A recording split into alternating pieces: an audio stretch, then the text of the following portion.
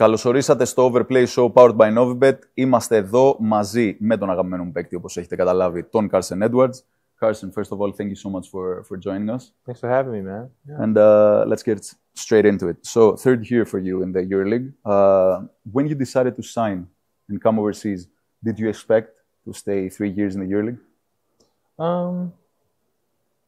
I don't know. I wouldn't say that I didn't expect to be here for multiple years. I think it was more of just coming in, trying to embrace the European basketball culture and going through that and trying to enjoy it and just kind of go with whatever happens. So I wouldn't say I had expectations on when I would go back or anything like that. I just think I just came in and just wanted to embrace it and try to be the best I can. So, how difficult was it for you to adjust your game to the European style of play?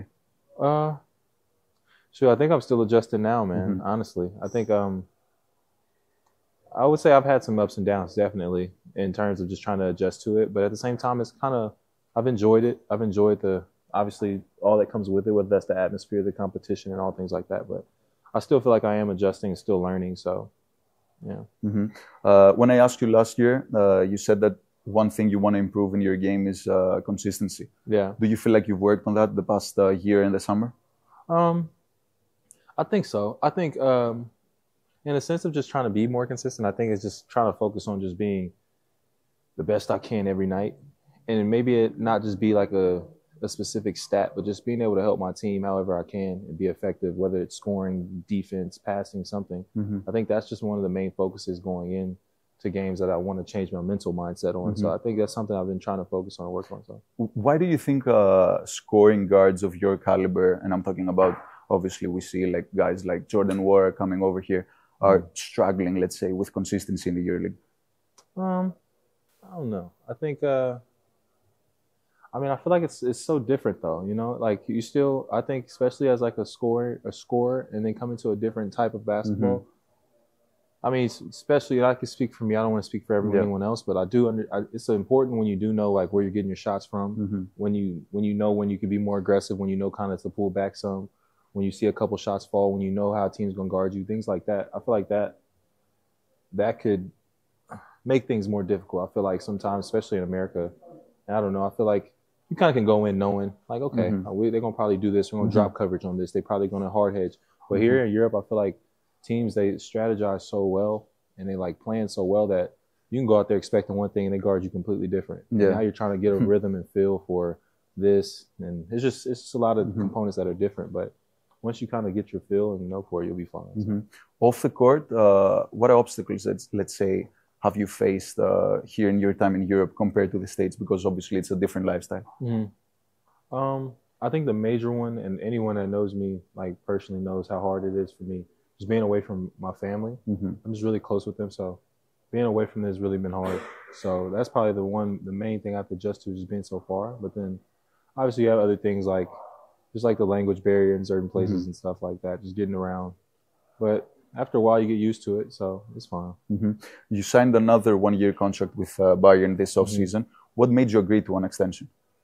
Honestly, obviously, I had options, but I felt it would be nice to actually go back somewhere where I was, comfortable and knew majority of the people, the front office, knew the players on the team and things like that. I feel like for the past few years, I've always gone to a new team, have to figure it out, find somewhere to fit in and things like that. But thought going back to a city, even living-wise, just knowing the city, knowing my places where I like to go eat and things like that, and knowing people in the city, I thought it was important just for a year to see just be somewhere comfortable. You know? How do you view your role this year? Because it's the second year, obviously, in your guys' team, under a new coach and next to Sabaz Napier as well. Yeah. To be honest, man, I think it's still so early that I'm trying to figure it out. I think I always feel like when I ever am kind of in between on what my role would be, I always think just being the best I can every night. You know what I mean? And whatever feel like is needed, I just try to do that. Whether that be today, we need help rebounding from the guards. Try my best to rebound.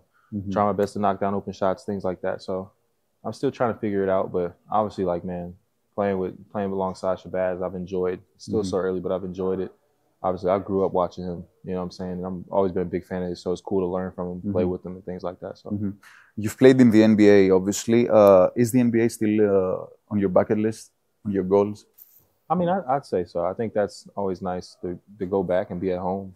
So But at the end of the day, like I said earlier, I like to just embrace being here and just make the most of this opportunity, because obviously this is the extremely high level too. It's very competitive.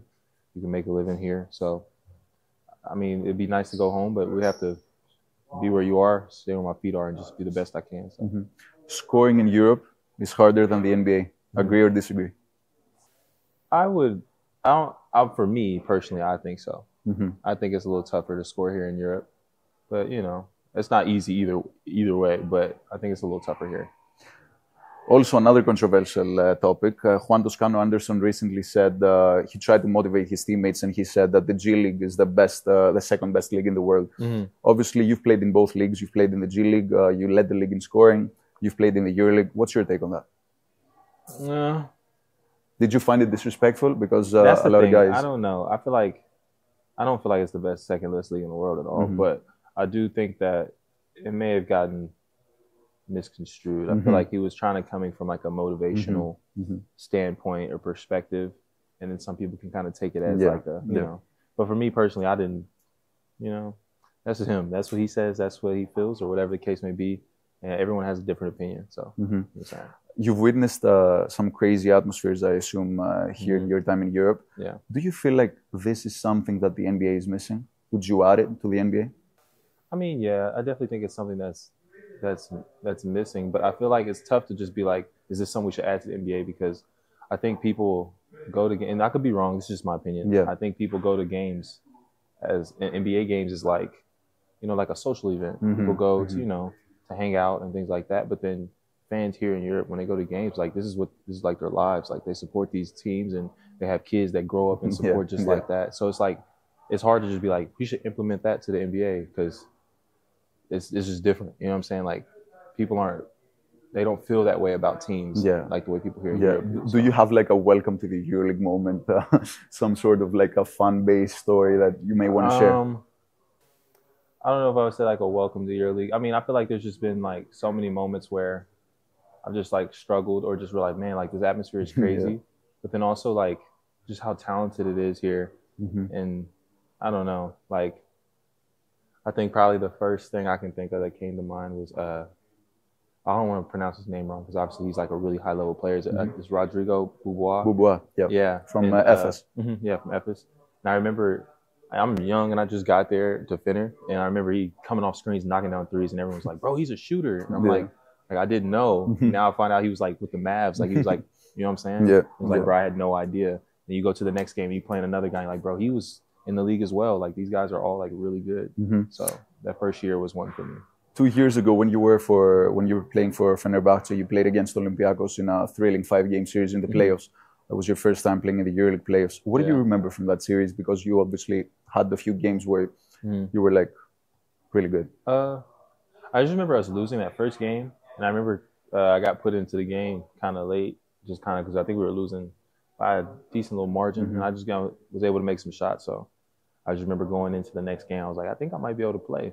I might get a chance here. So I just kind of stayed ready, and it was just, then I just remember how like our series ended with Slukas hitting that shot and stuff. So it was fun though. The atmosphere and everything, each game was just so fun to be a part of. A follow-up on that, because you mentioned the atmosphere. Do you have like a top 3 fan bases, arenas, atmospheres here in Europe? Yeah. I think obviously like Partizan, I think is always, I think playing here in Greece and like Panathinaikos and Olympiacos are 2 big time ones. But it's crazy though, if anyone comes to like a game when we play these teams when we're at home in Munich, it's still like crazy because of like them traveling or the away people fans. That are there. It still feels like we're at an away game. So I think that's pretty crazy. On our weekly, a new podcast, the Triple Threat Show with Chima Moneke, we talked also off air. We brought on a topic, the underrated players of the EuroLeague, and I brought up your name. Do you feel underrated? I don't know. I feel like that's like not for me to. I'm kind of one of those guys where I'm just kind of like, I don't really get into that and think about how people should view me or how I should be viewed or something. So, I just kind of just be playing, just hooping, enjoying it. So I don't really care too much. So. Pressure is a big thing in Europe. Obviously, you know it. Every team is a must-win game. Win now. Every team is on that same mode. How do you feel about pressure, and how do you deal with pressure here in Europe? There's a couple ways I think I deal with it. I think obviously this game is so important to me, and I enjoy it, and I play it, and I love it. But I think one way I think about it, pressure, is just like, it is a game that I'm just playing that I love, that I've been playing since I was a kid. And there's like a lot of different circumstances that people can be in that's like real pressure, you know, like life or death situations that, you know what I'm saying, where you really are day by day really have to figure out, like, you know what I'm saying, how to make it to the next day. So I think for me, just playing this game I love, having tough games, I have to really put a perspective in that. You're going to be okay. You get another opportunity, you just be your best. So it's kind of how I deal with it. If we have the chance to talk again in June, what would be a successful season for you? A successful season? I always think big picture. I think it's just getting through the season healthy and being able to play and being able to train in the off season for my next season. So I think the main thing is just being healthy. Then also I think just being better than I was last year. And I don't even just say like numbers wise, but just as a teammate, as a team, things like that. I feel like that would be the best way to end my season. And then final question before we get into a quick this or that segment. Who do you think is the best player in Europe? In Europe? And which 4 teams are going to make the Final Four? Oh, man.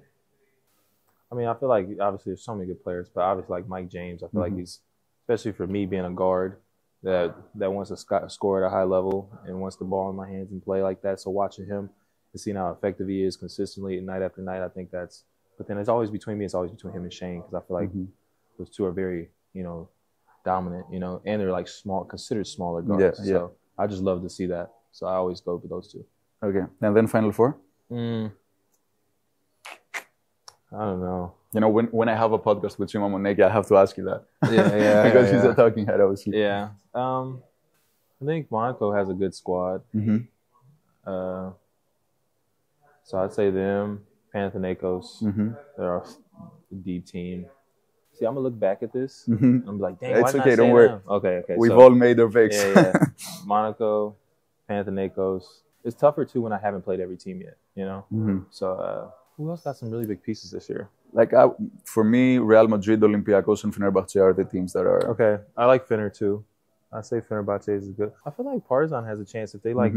If they like put everything together, they have really good players, good pieces, and they have like, I feel like they have depth. So I feel like I'll just say those. So these four. Okay, let's go to a quick this or that segment. 5 little questions. MJ or LeBron? LeBron. Dropping allowed 27 points, and that's with like dunks, crossovers, threes, or a silent 40. A silent 40 or 27? 40. Yeah. 40. 40 with like 20 free throws. Hey, 40 is 40. 40 is 40. Yeah. Okay. Giannis Antetokounmpo or Nikola Jokic? I'll go Giannis. Mike James or Kendrick Nunn, but I think you answered it. Yeah, I like Kendrick Nunn too, but I'd say Mike James. Mike James. And then Drake or Kendrick Lamar? That's a good question. I'm a bigger Drake fan, but like this whole back and forth with Kendrick, I think he got that one. So you think Kendrick? But if I were to choose my favorite artist between the two, I'd say Drake. You have to choose Drake. Okay. Okay. I appreciate you. Yeah, thank you so much.